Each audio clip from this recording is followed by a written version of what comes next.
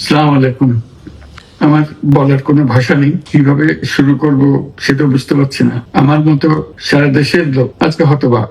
এরকম একটা কাণ্ড হতে পারে আমরা কেউ কল্পনা করিনি, কারো ধারণার মধ্যে ছিল না। কিন্তু এই অবিশ্বাস্য জিনিস আমাদেরকে হঠাৎ করে গ্রহণ করতে হয়েছে। মাইলস্টোন স্কুল এন্ড কলেজের যে দুর্ঘটনা, প্রশিক্ষণ বিমান বিধ্বস্ত হয়ে এই কচি শিশুদের উপরে ঝাঁপিয়ে পড়লো, আগুনে পুড়ে মরলো।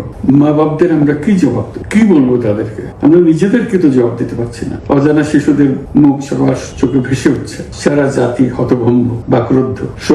শোকাহত বললে খুব কম বলা হবে। এই দুর্ঘটনার রেশ এখনো কাটেনি। এখনো লাশ আসছে হাসপাতালে, এখনো হাসপাতালে মারা যাচ্ছে।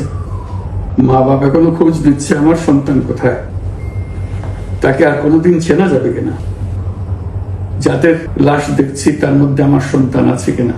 পৃথক করার তো কোনো উপায় নেই। এরা আমাদের সবারই সন্তান, হঠাৎ করে চিরদিনের জন্য চলে গেল। আমরা অবশ্যই তদন্ত করব, তদন্তটা তারা ফিরে আসবে না। আমরা চিকিৎসার ব্যবস্থা করছি, সবাই ঝাঁপিয়ে পড়েছে। সকল হাসপাতাল, সকল মানুষ ছুটে আসছে। আমরা সবার কাছে অনুরোধ করছি, হাসপাতালে ভিড় করবেন না, কারণ যারা আহত তাদের জন্য এটা ভালো না। তাদের শরীরে রোগ প্রতিরোধের শক্তি নেই। আমরা ভিড়ে থাকলে আমাদের শরীর থেকে কি রোগ তাদের মধ্যে ছড়িয়ে পড়বে তা বলা মুশকিল। কাজে দূরে থেকে দোয়া করেন সবাই। আমরা বাবা মা আত্মীয় স্বজন সবার কাছে আমাদের সহানুভূতি জানাচ্ছি। বাংলাদেশের যত সন্তান আছে সবাই আপনাদের সন্তান। আমরা নিজেদের মনকে সান্ত্বনা দেওয়ার চেষ্টা করুন। আমরা সবাই নিজেদের মনে সান্ত্বনা দিচ্ছি, কিন্তু আপনাদের সান্ত্বনা বিরাট ব্যাপার। আমরা সবাই আপনাদের সঙ্গে আছি। জাতির সমস্ত লোক আপনাদের সঙ্গে আছে। আমরা তাদের জন্য শোক দিবস ঘোষণা করেছি। আগামীকাল শোক দিবস।